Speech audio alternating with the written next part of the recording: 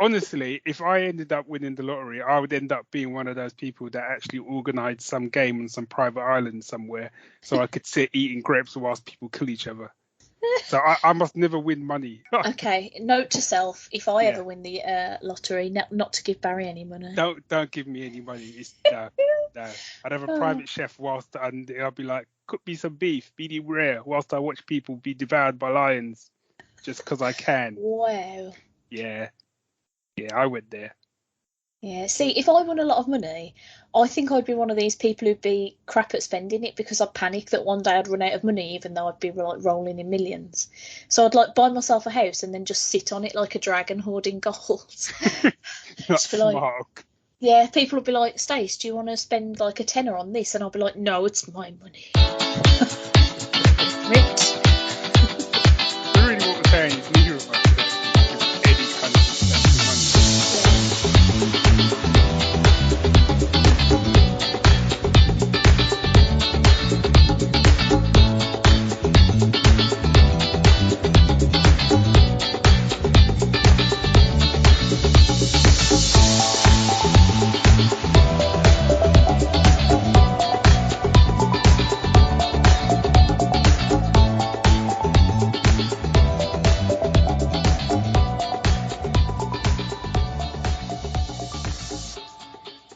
Bonjour, lovely geeky listener morning types. Welcome to Stace and Barry in the morning. It's series 3, episode 14. We've decided we need to start keeping better track. I'm the Stace half of Stace and Barry in the morning, and joining me this morning on this comfy sofa with a big mug of, I don't know, let's say hot chocolate, because that sounds like it's seasonal, because it's a bit chilly and that now. It's the delightful Barry. Hello, B.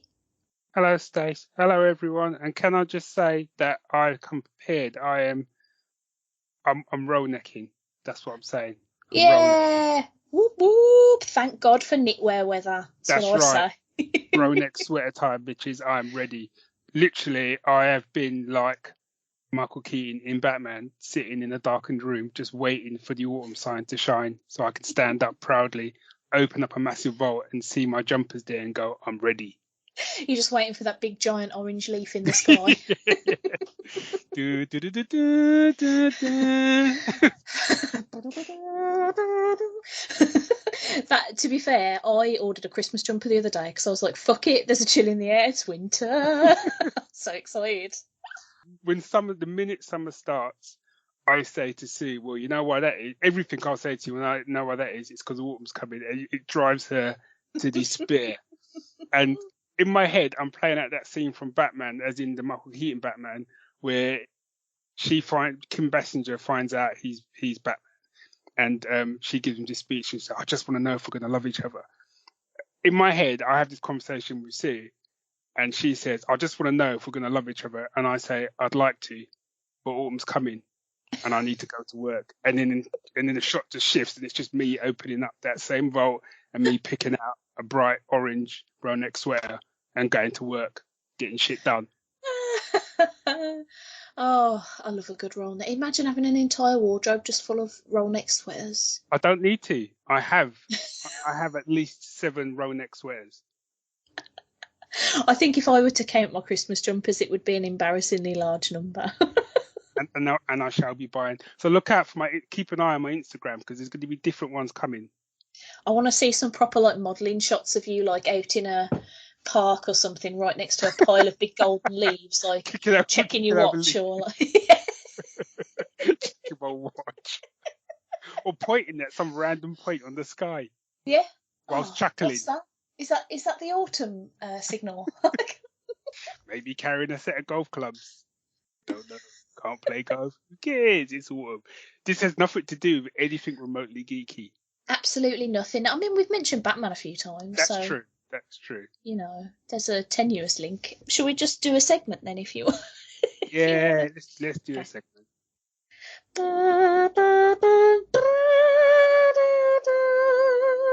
Let's do a pick of the fortnight, shall we? Love it.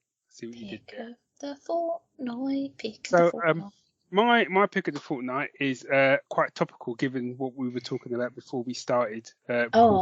which may make it in. I may leave it as a little intro. I don't know. I feel like we're about to have the same pick of the fortnight. Oh, so my pick of the fortnight is Squid Game. Yeah, me too. Yes, bitches. We're in sync. Oh, Yeah. mate, Oh, what a show. what a show. So, shall we tell the people in the cheap seats what Squid Game is? Yeah, go on. Okay. So this is a. He says this. I have no notes up on it. I should have really, because I don't want to get it wrong. Because I want to say it's a. Is it a Korean show? It is Korean. I can't help you with notes. I'm going to take a picture of this and post it when we put things on Twitter, but I literally wrote for my entire notes, pick of the fortnight, Squid Game. What an original thought you have in there, Stace. And then you picked the same thing. Yay! Woo. Well, I can tell you it is Korean. The blurb, which is just a paragraph, is hundreds of cash-strapped contestants accept an invitation to compete in children's games for a tempting prize, but the stakes are deadly. To say the stakes are deadly are putting it about as mild as you can. The stakes are, if you F up, you die. Yeah. And- Somebody I know said it was like Takeshi's Castle meets Battle Royale. Yes, I heard that, yeah. Yeah, that's not far off, mate. So there's 456 players. I know that because the last contestant, who is one of the people we focus on, is number 456. Mm-hmm. And he's kind of down, he's like a bit of a loser. And then he gets kind of recruited into this sort of game. And even the way he gets recruited into the game itself is harsh. You know, it's kind of basically this game of slaps, which is just harsh. And I don't want to give away sort of too much, really. Which means there's not really much we can really say about it. The fact that I really I don't know if enjoyed it. It's the right way to put it, but I did enjoy it. I thought there were some nice twists and turns. I thought some of the twists I did. One of the bigger twists I did see coming from the beginning, which I will probably talk about off air. Yeah. But it didn't matter, and that's what I mean sometimes with films and shows where they have twists in. If your premise is solid and you know your story is solid, if you spot things coming, it doesn't really matter to me. Yeah. The acting was great. There was some real kind of I think one episode in particular, when the episode finished, I was just like, I was broken. I was like, that's just harsh. Marbles. Yeah. Yeah. Yeah. Marbles. Oh my god, yeah. Like I was saying to Rich, because we were talking about this after it had finished, and I will say, like, I'm not. Oh, God, it's really hard to talk about this without spoiling. I will say, I do think there was a thing that happened towards the end that I wasn't keen on. I'll talk to you about this off air, but to be honest, from what I've seen from reviews and stuff, that sort of element has been a bit of a sticking point with other people as well. Okay. But like the way they build up the stories of each of the characters from the handful of people that we focus on is so like masterful, because even the ones that you don't like, you give so much of a shit about in terms of finding out how they do and like what happens to them throughout it. Because I said to Rich, like, this could so easily have gone into the territory of not caring about anybody except, you know, one guy or something. Yeah. But it builds up everybody so much that you genuinely like really invested in what happens to them, and like obviously some of them die, and it's like fucking and even somebody like characters who just suddenly come into it just because, you know, obviously people are being whittled down as the games go on, and there's like secondary characters you don't really know their backstory, but when the focus kind of shifts to them, especially in one of the sort of later games, you give a shit about everyone. You kind of want it. Actually, that's not true. There's probably, you know, there's a couple you kind of, you know, you're not that keen on seeing make it. But, you know, you give a shit about everyone. Even the people who you don't know what their backstory is, you just give a shit just because the games are so harsh. You know, it's just, it's just soul destroying. And the games themselves are so simple. I know. Well, this is because, like, when I first heard about it, because like the entire internet is talking about Yeah. Squid. Like we're not the first people to be talking about this. But like when I first heard about it, I said to Rich, like, how are they going to make? Because in my head I was envisioning things like, you know, what's the time, Mr. Wolf, and I was like, how are they going to make that even vaguely interesting for like us to watch? But they Yeah. make all of the games so goddamn tense. Yeah. Like even the simplest of like, you know, little marble games or whatever, you're sitting there sweating. Yeah. Like, Yeah. why? And you just and programs and things like this before it's some sort of game and blah blah blah. And normally, like when people kind of get taken out of the picture, it's in some elaborate way. Do you get what I mean? It's some elaborate death trap or whatever. Yeah, But like in this one, and certainly in the first game, which isn't really a spoiler. If you watch the trailer, you see it in the first game anyway, where yeah, you kind of you've got to move when the light goes green and you have to stop and blah blah. But there is no fanciness to it. You just get gunned down. yeah, And a lot of the games are like that. You know, there's no fanciness to it. yeah. But it's when it's seeing them realize, hang on a minute, this isn't what I signed up for. They showed so well how, like, I mean, it's such an anti-capitalist show. Like, Yeah, it shows so well just how, like, shit it can be if you haven't got money to do things.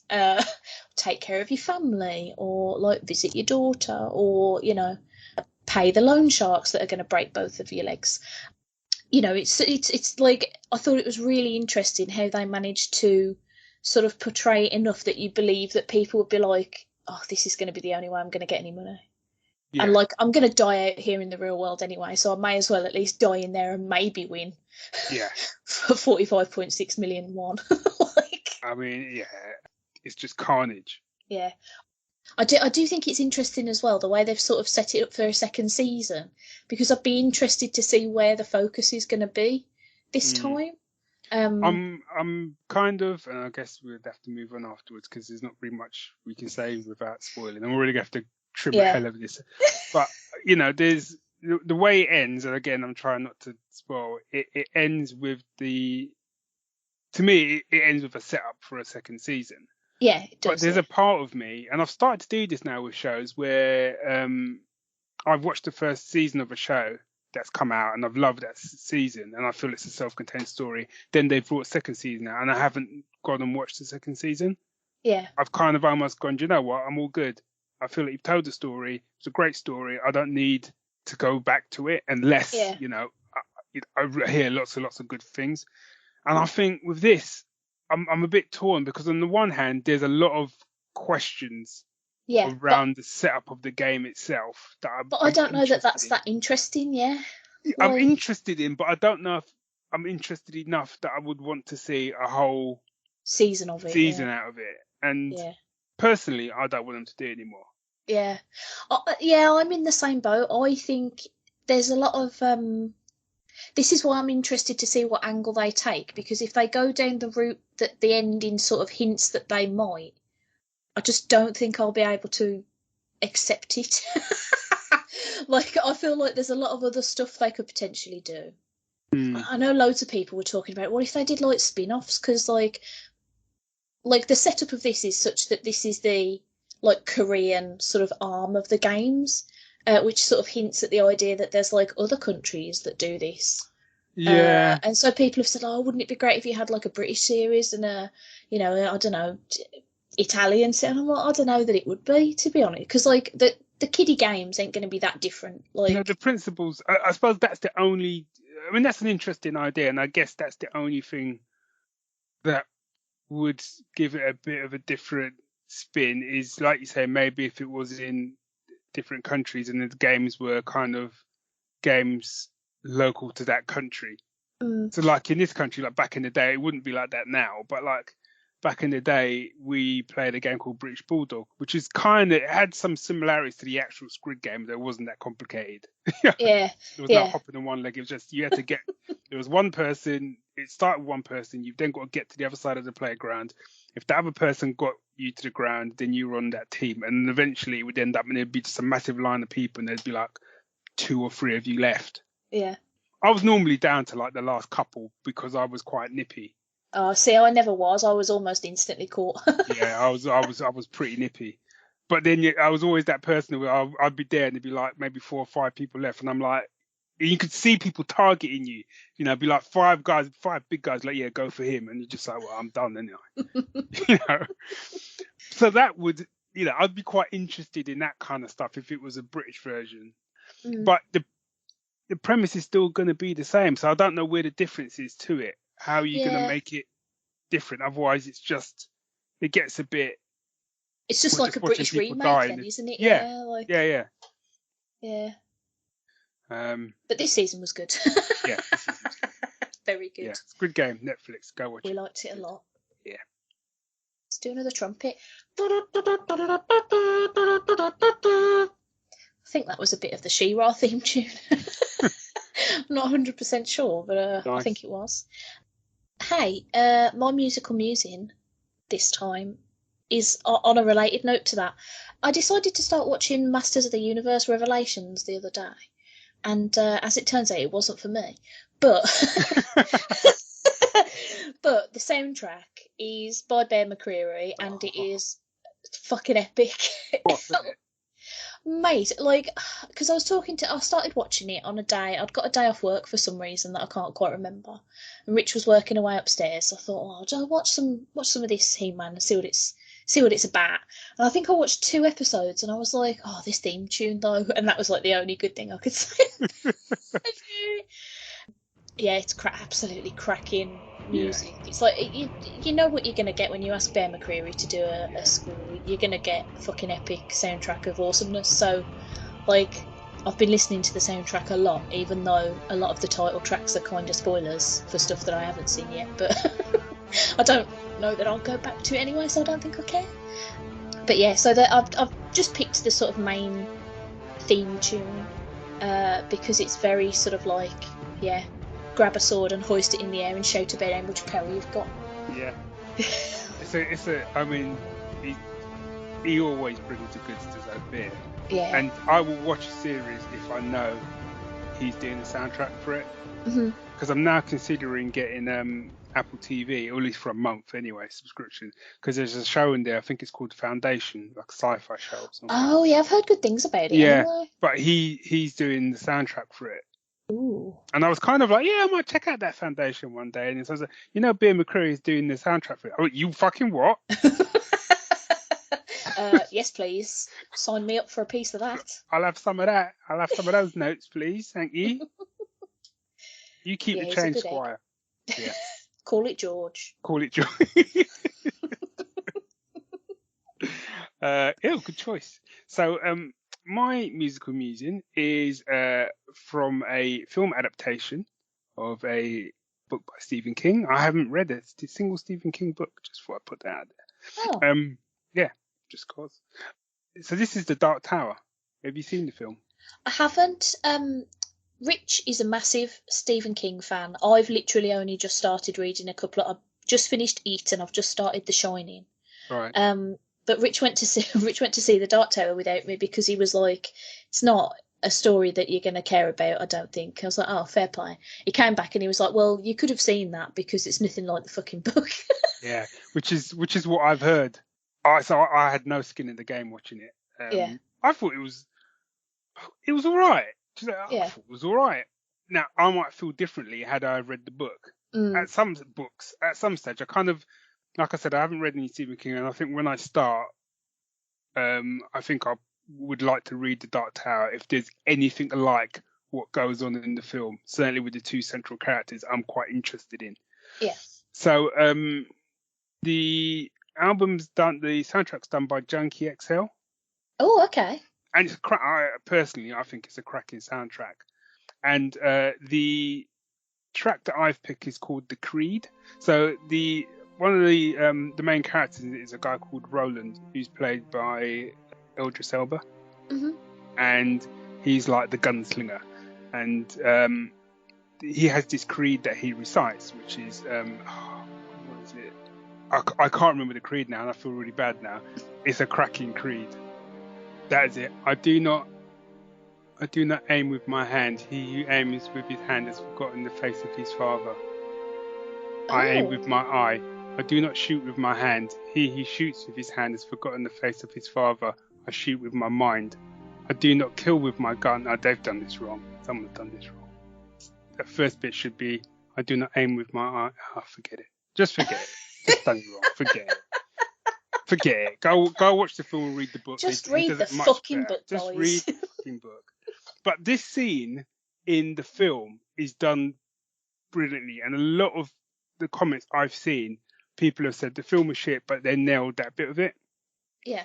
And the music in that bit is cracking. It's called The Creed. And that's my choice. And apologies, Stephen King fans, for me butchering my attempt at doing The Creed.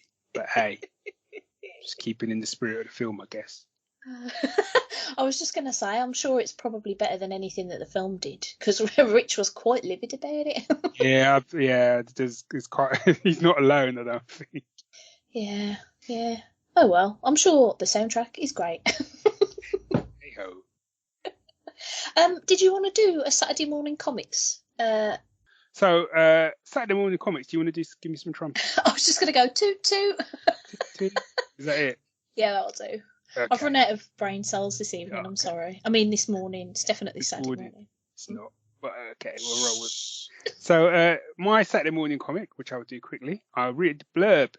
I don't know why I shouted. People live, people die. The good are pleasantly escorted off to heaven, while the rest unceremoniously rot in hell. Hell, a word where torture isn't retribution, it's just hazing.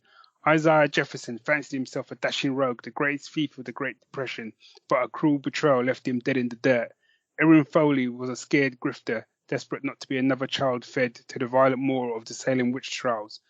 When they're given the chance to leave hell and spit in the face of judgment, can they face their demons and become the master thieves they were meant to be? So this is a comic called Heavenly Blues, which is from Scout Comics. This is written by Ben Kahn, art by Bruno Hidalgo, what a cool name, and lettered by Cat Crow. And I loved it. As in, I've only read the first, I want to say it's 4 or 5 issue miniseries. Oh, But yeah, loved it. 6 issues. Yeah, first issue I was in. Because it's got that, I do love a good heist. Mm-hmm. And it's you really do. Yeah, and it's just the idea that they're basically torturers in hell, these two. And they're really funny, and they get recruited by an archangel to effectively, he's going to get them into heaven, and then they've got to steal something for him in heaven. And that's the whole setup of the first issue. And I'm guessing, looking at the cover of the first issue, they've got to recruit a few extras to kind of help them. So you get a bit of a gang. You son of a bitch, I mean. Yeah. I mean, yeah. Breaking's heaven, never been done. I'm in. He's on the jazz. Yeah. You know me. Anything that's got heisted and putting together some mismatched crew to pull it off. Yeah. I'm in for days. So art's lovely as well, and yeah, the dialogue is really sparkling, quite colourful on the language, and that works. Because I think sometimes when people do it, it doesn't always work. It's just a bit overdone and a bit. Oh, really? Does it need to have the F-bomb every speech bubble? But it works. Oh, that's good. Yeah. I had that problem with Negan in The Walking Dead in the comics. Because I was like, I don't believe, like, I swear a lot. People have heard me talk. I swear all the fucking time. But like, even I was like, this is too much, lads. Wow. Like, calm down a bit. Like, we know you're hard. We get it. You've got a baseball bat with like barbed wire on it. We get it. You're a tough one. Chill out. Leather jacket is standard. You understand? Yeah, we understand that you're hard. You don't have to call everything you see a cunt. Like, come on. Oh, look at that sparrow cunt. All right, Negan. Jeez, it's just a bird. It's just a tiny, adorable bird. Anyway. I do love swearing though, and I might check that out. I've been terrible with comics lately, where my to read pile got so big that I just sort of stopped reading everything because I got stressed by it. Yeah, Which so did hasn't I. helped anything because now I've just got an even bigger pile of things to read and I don't know where to start. But eventually I'll read some comics, I'm sure of it. Yeah, I've recently, only very recently, I've started to now get back into reading comics. I think it's Mm, because I saw someone on Twitter say they sort of set themselves, not so much a challenge, but more of a, to help them, that they try and read like a comic a day. yeah, And although I started that and I've already failed, but, I think just I think having them on my phone now, having them on my mm, phone and the tab is starting to help. But you're right, yeah. I've got a pretty big read pile. But definitely this one, I'm gonna like just read all six in one sitting before I move on. I think my other thing I tend to do is I tend to jump around a lot, which doesn't help. Yeah, the problem that I had a lot that I get a lot with comics is that my memory is bad anyway. Mm, So if I'm reading too many titles that like cross over or happen to have similar characters in it, then my brain will just start like mushing storylines together and then I just get bamboozled. So I prefer to read things in like chunks so I can get like a full story yeah, without interrupting my brain. yeah. I think I need to get better though at just accepting that some things just aren't good. Like I'm very much one of those people who I'll read a comic and I'll be like, well, I didn't really like that, but maybe the next issue will be better. Like, no, just bin it, just Yeah, just move on. just get on with your life, read something else that you'll enjoy. Like you'd never do that with a book.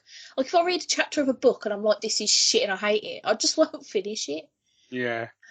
Anyway, Anywho, any hoodly that doodlies. that brings us nicely to the end then. It does indeed. Hey everybody, have a happy Saturday or whatever day it is that you're listening to this little nugget of niceness. If you want to get in touch with me and Barry, you can do us a tweet at Stacey's Parlour and at Geek Syndicate. You can send us an email to staceandbarry@gmail.com. You can do smoke signals that we probably won't see and may result in the fact that your house is on fire, so maybe don't. Maybe don't do Yeah, that. maybe don't do that. Maybe don't do that. And treat yourself to a spooky movie because it's spooky season. Put a roll neck on, get some hot chocolate, maybe put a tot of Baileys in there. Like, who am I to judge if you want to make your hot chocolate boozy? I That's don't right. care. Put some marshmallows in it. Eat a pumpkin pie or something. I don't know. What's a seasonal food? What the hell are you Just talking? chow down on a raw You're pumpkin. just throwing random drinks and food at people. Because it's spooky season, so you've got to eat spooky food Right. and Okay. drink cosy beverages and get in a blanket, your big fluffy slippers on, and watch, I don't know, Halloween Kills or something. Yeah. Maybe if you do all that, maybe don't wear the Roneck because you might be a bit too toasty. Yeah, I was going to say you end up just sweating, not because the movie's scary, but just because you're dying of being too hot. Yeah. Literal chestnuts roasting on an open fire. Hey, that's enough of this. Shut up, Stace. Love you, everyone. Bye. Latest people, and remember, pay your bills so you don't end up on the Squid Game. Yeah, yeah, do that. And don't, just don't do a Squid Game. It's a bad idea. Yeah. Yeah, kids, if you're listening, this is like the end of a He-Man episode. We were giving like the moral lesson for the episode. Yeah, the lesson is don't get into such crippling debt. That you end up on Even though it's really hard not to right now because the entire country is fucked. Yeah. But, don't get into crippling debt and don't think that, you can win in a game of murder. To start rolling around in millions that you're apparently then going to turn into your own game of murder if you Barry. Yeah. Watch out for Niche Games coming soon to Netflix. Oh, no thank you. Bye, everyone. Bye. Bye.